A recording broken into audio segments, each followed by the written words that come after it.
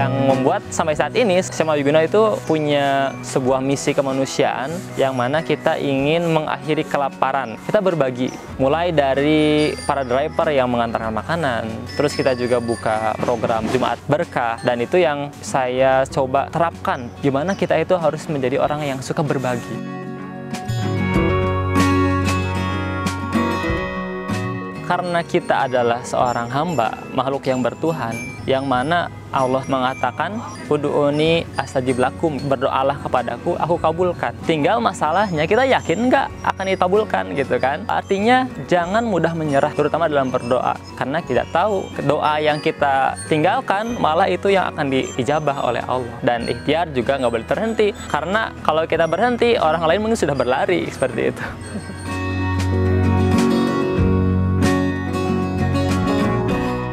Assalamualaikum warahmatullahi wabarakatuh. Perkenalkan, nama saya Wiguna Igi. Saat ini saya berusia 25 tahun. Saya menekuni bisnis kuliner, yaitu Siomay Wiguna, yang terletak di Jalan Cilolohan nomor 2, Kahuripan, Tasikmalaya.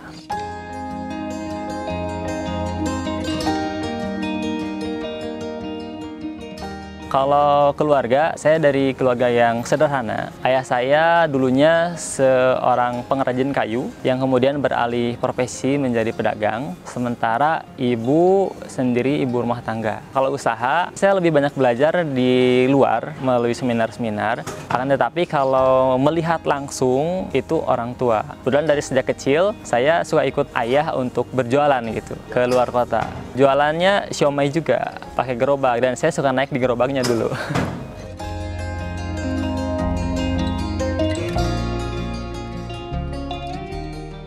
Setelah saya masuk ke perkuliahan, saya bergabunglah dengan organisasi masjid, dan selama 4 tahun saya menjadi aktivis masjid di kampus, jadi marbot masjid. Dan ketika pulang ke kosan, aktivitas saya nggak jauh beda, saya jadi marbot di lingkungan masjid komplek gitu ya. Kalau kebanyakan mahasiswa habis kuliah, mungkin dia belajar sambil main. Kalau saya belajar sambil bersih-bersih masjid. Jadi marbot dari mulai pagi, beres-beres masjid, saya pel masjid, sapuin masjid, dan nyiapin karpet gitu ya, azan, dan menjadi imam bersama teman-teman. Dan itu saya lewati dengan penuh kegembiraan. Kenapa? Karena sisi yang saya dapat adalah saya bisa memberikan manfaat, bahkan dengan saya tidak mengeluarkan uang. Saya masih punya tenaga untuk membersihkan masjid, dan itu sudah dinikmati oleh banyak orang gitu. Tidak mesti ternyata kita kalau ingin berguna itu pakai uang, pakai kontribusi kita, itu juga sudah cukup untuk bermanfaat bagi orang lain.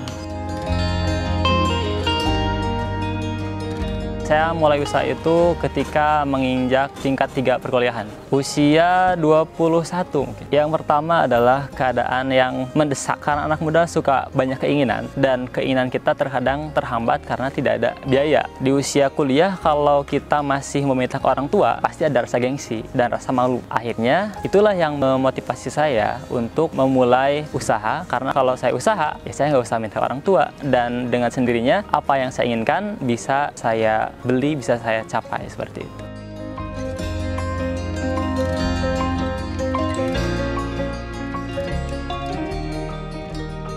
Sebetulnya ini bukan bisnis yang pertama. Dulu saya pernah berjualan buku juga, herbal juga pernah, termasuk kopi juga. Tapi sering menemui titik tumpu di mana tidak balik modal, dan yang ada malah kecewa dan kecewa. Untuk bisnis ini sebetulnya berawal dari ketidaksengajaan. Waktu itu ketika libur semester, saya mengajak teman-teman untuk membuat sebuah produk olahan makanan. Awalnya untuk dibagikan saja ke tetangga sekitar. Setelah saya buat, mikir apa? Oh, siomay ini. Karena apa? Karena orang tua jualan siomay. Dan saya modifikasi dari bahannya, dari cara pembuatannya saya modifikasi. Akhirnya setelah dibagikan banyak respon tuh, dan responnya alhamdulillah bagus-bagus. Malah saya dikasih modal sama bapak kos saya, sama ibu-ibu pengajian. Jadi saya selama percobaan ini dimodali oleh bapak kos dan ibu-ibu buat siomay untuk dibagikan di acara pengajian dan acara lainnya. Akhirnya dari sana saya memutuskan untuk iseng-iseng jualan di kampus, dan iseng-isengnya saya jualan 1.500 biji. Itu pertama kali jual 1.500 biji, dan itu habis dalam waktu 2 jam. Dari sana, pedelah saya dan mulai menekuni dan serius untuk berbisnis. Kalau dulu saya memulai bisnis itu dari stand bazar. Waktu itu stand bazarnya di kampus, jadi ada acara pekan olahraga antar fakultas, acaranya kan sore. Nah, pulang kuliah, saya buka stand sampai jam 11 malam. Itu kurang lebih seminggu. Jualan tiap sore sampai malam. Pokoknya pagi-pagi saya ke pasar buat siomay sampai jam 8, jam 9 kuliah, pulang asar, beres jualan sampai jam 11. Nah, dari sana setelah seminggu saya berjualan, saya menemukan sesuatu yang menyenangkan. Kita bisa menyalurkan hobi kita, bisnis real kan ya. Hasilnya kelihatan, akhirnya dari sana saya memutuskan untuk menyewa outlet. Karena modal belum ada ya waktu itu, akhirnya saya minjam modal dulu ke orang tua sebagai DP pembayaran outlet waktu itu.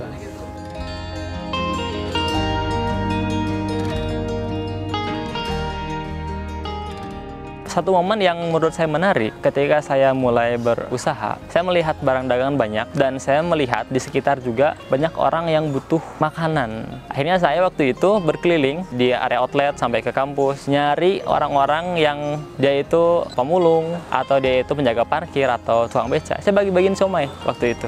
Karena apa? Toh saya juga jualnya belum laku gitu ya. Ya udah mending dibagiin daripada barang rusak, saya bagiin. Dan qadarullah, ajaibnya setelah saya bagi-bagi, besoknya saya dapat orderan 1 juta untuk yang pertama kali. Dulu pas awal-awal saya untuk dapat 100.000 itu harus semalaman. Waktu itu setelah saya bagi-bagi, nggak selang berapa lama ada seorang order 1 juta, seorang order 500.000. Dan itu menurut saya suatu yang spesial. Karena apa? Karena dari hal kecil yang mungkin kita anggap sederhana, nyata Allah membalas dengan sesuatu yang lebih besar dan di luar dari prasangka kita gitu. Yang membuat sampai saat ini SMA Wiguna itu punya sebuah misi kemanusiaan yang mana kita ingin mengakhiri kelaparan gitu ya, dengan cara apa? Kita berbagi. Mulai dari para driver yang mengantarkan makanan, terus kita juga buka program Jumat Berkah, dan itu yang saya coba terapkan dan tanamkan ke karyawan, gimana kita itu harus menjadi orang yang suka berbagi. Karena kalau kita berbagi, ya Allah pasti tidak akan suka untuk berbagi rezekinya yang lebih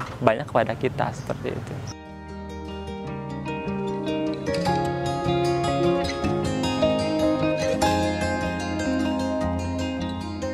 Titik terendah saya ketika berjualan, waktu itu di tahun pertama saya mencoba untuk membuka cabang pertama saya, dan karena saya juga kuliah jadi lumayan sulit nih bagi waktunya. Saya jualan dan entah mungkin karena saya capek atau sayanya kurang fokus gitu ya, saya mendapatkan telepon dari salah satu marketplace bilang segala macam. Akhirnya sampailah saya terkena hipnotis via telepon. Saya pergi ke ATM dan semua tabungan saya yang selama 1 tahun saya kumpulkan ludes, dan di sana saya merasakan betul-betul bagaimana kehilangan yang besar. Kenapa? Karena saya belum sempat menikmati ini semua, hilang begitu saja, dan saya merasa ini tuh bener atau enggak. Sampai saya pulang tuh merasa melayang gitu karena semua tabungan ludes. Tapi dari sana saya belajar untuk lebih hati-hati, untuk lebih bersabar dan bersyukur dalam setiap keadaan, karena yang diambil itu hanya sedikit sebetulnya daripada yang ditinggalkan. Yang ditinggalkan usaha saya, keluarga saya. Anehnya, uang tabungan saya yang selama 1 tahun saya kumpulkan ludes dalam 1 hari, dalam jangka waktu beberapa hari uang itu kembali bahkan lebih banyak dari itu. Karena saya mencoba setiap ada masalah, saya tidak mencaci keadaan, tapi saya mencoba untuk menerima, bersyukur, dan semakin giat dalam beribadah, yang akhirnya Allah berikan jalan yang tidak disangka-sangka seperti itu.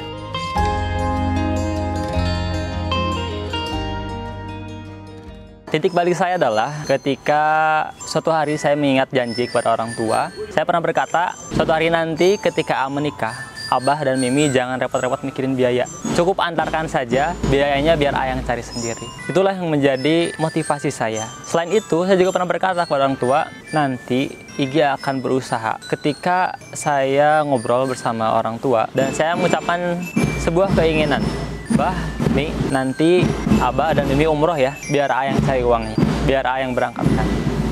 Dan alhamdulillah dari 2 perkataan itu satu persatu mulai terrealisasi. Tahun 2022 saya menikah dengan seorang wanita yang saya pilih, dan sekarang alhamdulillah dikaruniai seorang putra. Dan di tahun berikutnya, tahun 2023, saya juga sudah mengantarkan orang tua saya untuk berangkat umroh.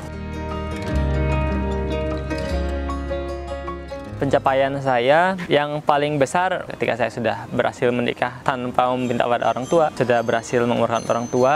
Dan kalau dari segi usaha, alhamdulillah tahun kemarin saya goals omset 100 juta pertama saya per bulan, dan tahun ini saya berusaha ya untuk mencapai target baru seperti itu. Dan untuk pencapaian lain, alhamdulillah karena sekarang saya sudah banyak mitra, saya merasa hidup lebih berguna ketika banyak orang yang terbantu dengan usaha saya. Lebih dari 20 orang mungkin mitra saya yang mencari rezeki dari Siomay Wiguna juga gitu. Jadi saya merasa saya hidup ada manfaatnya ternyata gitu. Dan itu merupakan pencapaian yang besar. Di samping kita juga bisa membuka lapangan pekerjaan, itu tentu sebuah pencapaian di mana banyak orang berlomba mencari lapangan pekerja. Saya berusaha untuk membuka lapangan pekerjaan. Sekarang yang ada di outlet 4 orang, 2 untuk produksi dan 2 untuk pelayanan. Sisanya kita mitra. Outlet itu ada 5, cuman yang saya pegang 1 karena model bisnis saya adalah kemitraan. Jadi semua outlet itu ada yang megang gitu. Saya cuma pegang 1.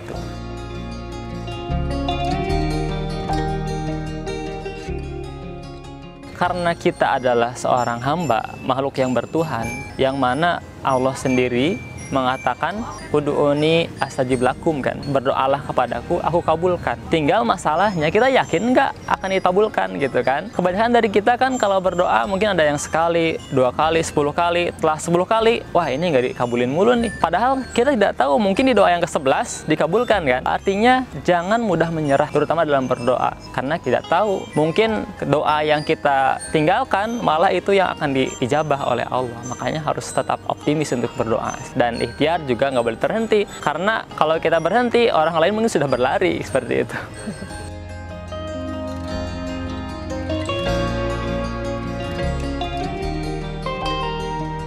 Prinsip saya yang pertama adalah bersyukur tanpa tapi dan bersabar tanpa tepi. Bersyukur itu nggak ada tapinya, karena Rasul mengajarkan seorang muslim itu perkaranya baik. Ketika dia diberi nikmat, dia bersyukur, itu baik baginya. Dan ketika dia diberi ujian, dia bersabar, itu juga baik buatnya. Sehingga dalam Islam, Rasul mengajarkan kalau ada nikmat, ucapannya alhamdulillah alladzi bi ni'matihi tatimmus sholihat. Segala puji bagi Allah yang karena nikmatnya semua kebaikan menjadi sempurna. Dan ketika sesuatu tidak berjalan sesuai dengan keinginan kita, Rasul mengajarkan doa yang hampir serupa. Alhamdulillah ala kulli hal, segala puji bagi Allah dalam setiap kondisi, dalam setiap keadaan. Itu adalah prinsip yang membuat kita nggak gampang galau gitu ya, nggak gampang ngeluh, nggak gampang frustasi, karena kita yakin setiap yang terjadi dalam kehidupan kita pasti ada hikmahnya yang pasti kita ambil di kemudian hari, seperti itu.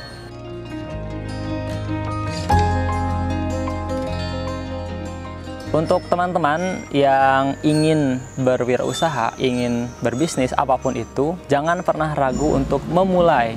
Jangan hanya sebatas dipikirkan, karena kalau dipikirkan nggak akan jalan-jalan. Mulai saja dulu, sambil berjalan kita perbaiki, sambil berjalan kita belajar. Kalau kita ulet, tekun, dan kita terus yakin dengan apa yang kita perjuangkan, insya Allah perjuangan kita akan sampai ke tujuannya. Halo teman-teman, saya Wiguna, saya owner dari Siomay Wiguna. Bagi teman-teman, temukanlah potensi terbaikmu, jangan ragu untuk memulai, teruslah berusaha dan berdoa, semoga impian teman-teman dapat tercapai. Ini adalah naik kelas versi saya, temukan naik kelas versimu.